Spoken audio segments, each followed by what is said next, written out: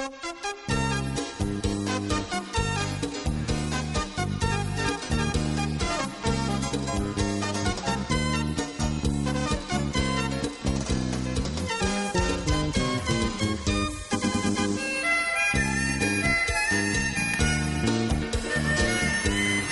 các bạn, mình đang đứng trên con đường Bùi Viện thuộc khu vực quận 1. Phố Tây Ba Lô là một cụm từ vô cùng quen thuộc đối với người dân Sài Gòn. Trong các sách hướng dẫn du lịch trên thế giới thì con phố này được gọi với nhiều tên khác nhau như là Foreigner Town, Backpacker Lane, vân vân.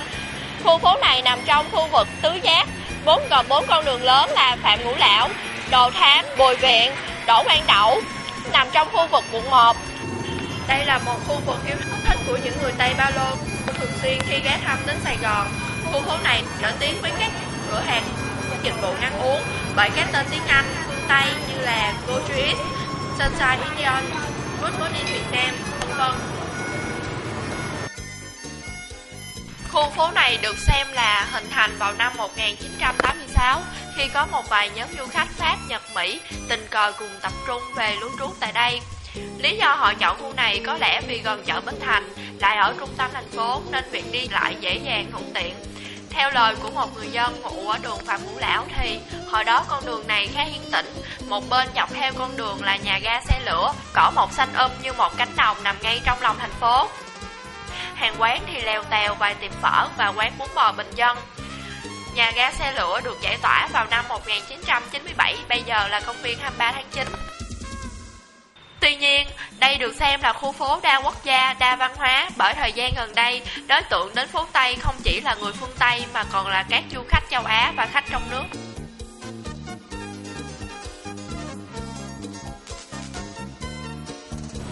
Ngoài cái tên phố Tây Bùi Viện thì khu phố này còn được gọi với cái tên thân thuộc đó là Tây Ba Lô. Nguyên nhân có cái tên này là do khách phương Tây khi đến đây du lịch thường sử dụng ba lô để đựng những dụng cụ của mình, thuận tiện cho việc lòng vòng đi lại, tìm kiếm chọn chốn ăn, chỗ ngủ, tụ điểm. Người dân nơi đây khi thấy cảnh này gọi đây là phố Tây Ba Lô như là một đặc trưng để nhận biết con đường này với các con phố nằm trong khu vực quận 1.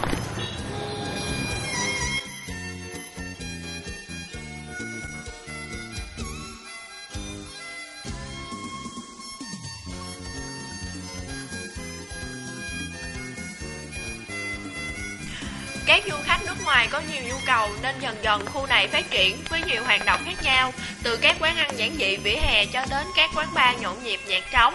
Đi kèm với các dịch vụ ăn uống còn có nhà nghỉ, khách sạn hay các công ty du lịch sẵn sàng phục vụ mọi yêu cầu của khách từ trong hay ngoài nước. Tuy nhiên, đa số du khách ở đây sử dụng xe buýt là phương tiện đi lại cho riêng mình bởi giá thành rẻ và thuận tiện. Tại đây, người ta không phân biệt giàu nghèo, màu da hay tôn giáo mà chỉ có những hoạt động vui chơi giải trí kéo dài đến tận sáng hôm sau. Đến với phố Tây Bùi Viện, khách du lịch được thưởng thức nhiều món ăn từ nhiều miền của đất nước, giá cả khác nhau. Ở đây có khoảng 250 cơ sở lưu trú, khách sạn, phòng cho thuê, khoảng 70 công ty du lịch và hơn 300 dịch vụ phục vụ phụ trợ khác như quán ăn, bar, cà phê, karaoke, massage, cửa hàng lưu niệm, vân vân. Dần dần khu này trở thành khu du lịch khép kín đúng nghĩa. Tại khu phố Tây này, người Tây cũng giống như người Việt, họ giao tiếp nói chuyện với nhau rất thoải mái, thân thiết như bạn bè, nên khoảng cách giữa họ rất nhỏ. Những ông Tây bắt chước người Việt ý ới với nhau vài câu tiếng Việt nghe rất ngộ nghĩnh và vui tai. Đổi lại, người Việt họ cũng dùng một vài câu thăm hỏi bằng tiếng Anh để đáp lại trong không khí hết sức thân thiện. Đa phần những người chủ quán bar, quán ăn, nhà nghỉ ở đây đều là người Việt nên để kinh doanh và giao tiếp với người nước ngoài, họ cũng biết được những câu giao tiếp đơn giản bằng tiếng Anh. Ngay cả những gánh hàng rong như xe bán bánh mì, hủ tiếu họ cũng nói được tiếng Anh. Những chú bé bán báo, bán vé số cũng biết một vài câu ngoại ngữ để xin nhai.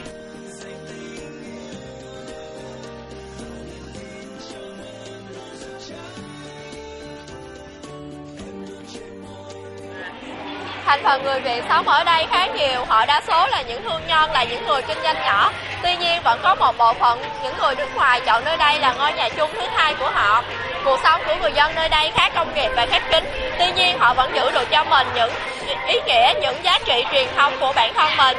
cuộc sống của người dân nơi đây có sự giao lưu, tiếp biến và thích nghi lẫn nhau. Người nước ngoài thì tìm cách nhập gia tùy tục, người Việt thì tìm cách học ngôn ngữ của người nước ngoài để giao tiếp và tìm kế sinh nhai. Ban ngày khu phố này khá vắng vẻ, tuy nhiên ban đêm nó mới thật sự sầm uất và tấp nập.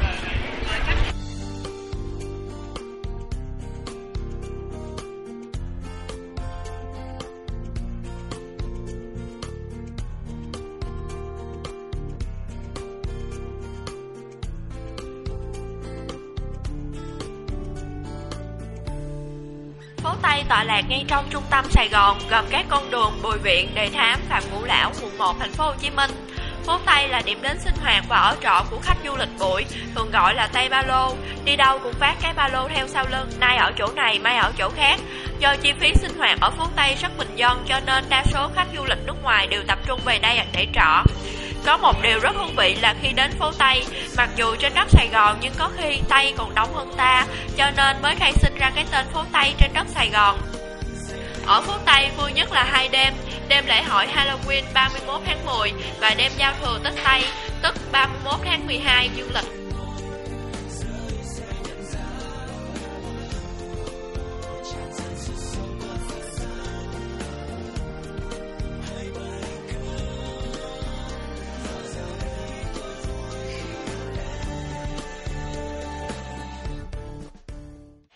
Chào các bạn, bây giờ là 10 giờ 30 phút đêm, một trong những giờ mà Bùi Viện đông đúc nhất. Thì hay bây giờ mời các bạn cùng Khoa và Vân Linh hãy phỏng vấn một vài người nước ngoài xem họ nghĩ về Bùi Viện của chúng ta nhé. Nào, đi thôi. So, how do you think about this town and why do you choose this to happen? We like it so far. It's very busy. And we chose it because we want to see the difference between southern and northern Vietnam. Because we're going to Hanoi next. So, do you interested in Saigon or Hanoi more? Hanoi or Saigon more? Yes. I don't know yet because we haven't been to Hanoi. We will only go there next week. So we're excited to see the difference then. Yes, where do you from? Germany. If you have one adjective to state about this town, what will you say? One adjective? One adjective? Yes. Chaotic, I would say. No. Busy. You go this town for traveling, for working? Working. Working? Yeah. How do you feel about this town? It sounds great. It's really Great. good, yeah. Is it so noisy or so busy? I don't like this street. Yes. It's not my favourite. I don't like it. Oh, okay. But the town is big. I like it. Where do you from? England. How do you know about this town? Through internet, your friend or travel agency? I know about Vietnam, like in England. We know. I have friends who live here Oh. for about 7 months. Friends, could I know where you're from? Sweden. Sweden? And you go this town for traveling, working or something else? Just vacation. Vacation? Just traveling around. And how do you feel about this place? It's crowded. Crowded? A lot of parties. How about Yeah. that? But it's nice. Yeah. Do you enjoy living here? Yeah, I just arrived yesterday, so I haven't been here for so long. And how do you know about this place? Through internet, travel agency or Internet. internet? Yeah. So if you must say one adjective to describe this place. Adjective. Yeah. Okay. Busy. Busy maybe? Yeah. It's a busy street. You are going to this town for vacation? Yeah, vacation. Yeah, and how do you feel about this town? We just been here one day, but I like it. I love Vietnam. But do you think the atmosphere too sunny? Yeah, it's a good atmosphere here. Yeah, Do you enjoy the sun? yeah, the sun is great. How about the people? People are very nice. They're much more nicer than in the north. Oh, in the north. Yeah. Yes, so you've been to Hanoi? Yeah, we travel from Hanoi down the coast. So tomorrow we leave to Cambodia. Awesome. That's awesome. Ở đây anh lên đúng được. Tại vì em nghe nói là cũng có nhiều tệ nạn á, không biết bây giờ nó hết chưa. Tệ nạn hả? Dạ. Thì tùy thôi, tệ nạn, có khách Tây cũng tệ nạn nữa, có nhiều khách Mỹ đen á, mình hỏi là bóp mấy câu nó chửi rồi nó đánh mình luôn. Trời đất ơi. Rồi có mà, bình thường à. Hồi nãy nhìn mấy em không hỏi túi đều có không anh? Không, chưa thấy bao giờ. Chưa thấy bao giờ, vậy là chắc là hết rồi. Còn giật đồ. Giật đồ cũng chưa thấy luôn, làm đây chưa giờ. Ủa vậy? Rồi nếu mà anh giới thiệu với người nước ngoài về cái khu Bùi Viện thì anh nói như thế nào? Nó là cái khu chủ yếu là không, chủ yếu giới thiệu quán thôi, quán có những cái gì thôi chứ không có đi xem chuyện. Tại vì người ta là thường tự tìm đến mà phải không anh? Dạ. Đúng rồi. Tự tìm đến thì ít lắm, chủ yếu là mình phải đi chào mời. Đúng rồi, ra ngã tư chào mời nhiều. Dạ. Cảm ơn anh. Anh là chủ quán ở đây thì anh mở quán ở đây lâu chưa? 6 tháng rồi. Dạ, vậy thì qua một quá trình sinh sống vậy thì anh cảm thấy khu phố này như thế nào? Khu phố này nó là đặc biệt là khách du lịch vào Việt Nam rất là đông. Dạ. Nếu mà khách Tây Ba Lô, ta gọi là Tây Ba Lô mà vào đây á, dạ, là tập trung vào của Bùi Viện này. Dạ. Đúng rồi. Thì khách Tây Ba Lô nó như thế nào? Người ta tốt hay xấu hay gì đó? Tốt, cực kỳ tốt, rất là dễ thương. Rất là dễ thương, họ thân thiện, với lại họ có tâm hồn đi du lịch, đi dạng phượt đó, thì cái đó. Thì là cùng một quan điểm, một câu hỏi nhưng mà có hai quan điểm khác nhau.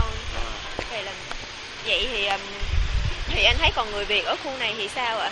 Về cả buôn bán lẫn dân cư luôn á anh? Thì nói chung thân thiện khách nước ngoài.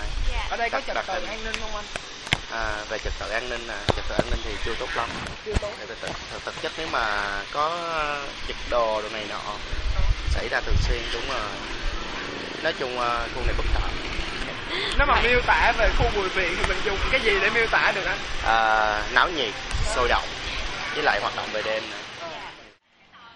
Bây giờ đã là 11 giờ 30 và sau một tiếng phỏng vấn, các bạn cảm thấy gì? Còn riêng Khoa và Vân Linh có những cảm nhận như thế này. Hồi nãy thì các bạn thấy mình đi phỏng vấn thì chúng mình phỏng vấn được rất là nhiều người Anh, người Thụy Điển, Pháp, Đức. Thì điều đó các bạn cũng thấy là rất là nhiều người từ rất là nhiều quốc gia khác nhau họ tập trung về Bùi Viện. Đây cũng được xem như là gọi là một khu du lịch Tây mà gọi là tập trung rất là nhiều thành phần nổi tiếng của thành phố Hồ Chí Minh. Thì về những cái ý kiến tụi mình có phỏng vấn rất là nhiều người, nhưng mà cái nội dung phỏng vấn thì cũng hạn chế cho một vài câu thôi, nhưng mà các bạn cũng đã thấy đó là họ trả lời rất là nhiều quan điểm. Ngay cả quan điểm của người Tây rồi người Việt họ trả lời cũng rất là khác nhau. Quan điểm của người Việt về người nước ngoài cũng rất là khác. Nên cái điều đó cũng đã thể hiện một cái sự đa dạng, không những về thành phần người dân ở đây mà cả về suy nghĩ và cách sống của họ. Bài phóng sự của tụi mình đã kết thúc và bây giờ là ekip của thực hiện chương trình. Vâng, cảm ơn các bạn đã theo dõi phần clip của tụi mình. Rất mong là được những ý kiến đóng góp cũng như là sự ủng hộ của các bạn, vì đây là lần đầu tiên chúng mình thử trải nghiệm một cái cách làm thuyết trình khác như vậy. 2, 3, vô!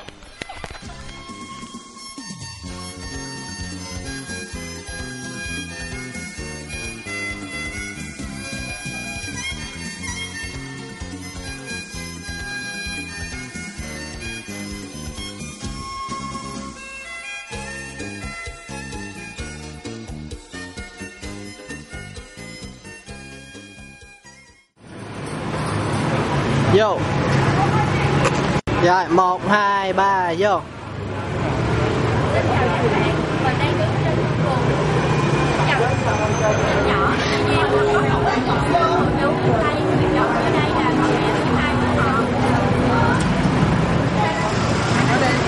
Nói gì khoan từ từ, khoan luôn cái đã. Yes, so cute. Bonjour. Bonjour. And so this is the first time you come to Vietnam. C'est la première fois que tu viens au Vietnam. Yeah. How do you think about this place? Qu'est-ce que tu penses de cette place? C'est super bien. It's very cool, and she say me, it seems to be like Mexico we visit lots here. Mexico. Mexico is the life in the street on the night. You can eat near the street. You can eat some tacos, you know, tacos, and there is the same atmosphere. People are enjoy, and it's what she feel.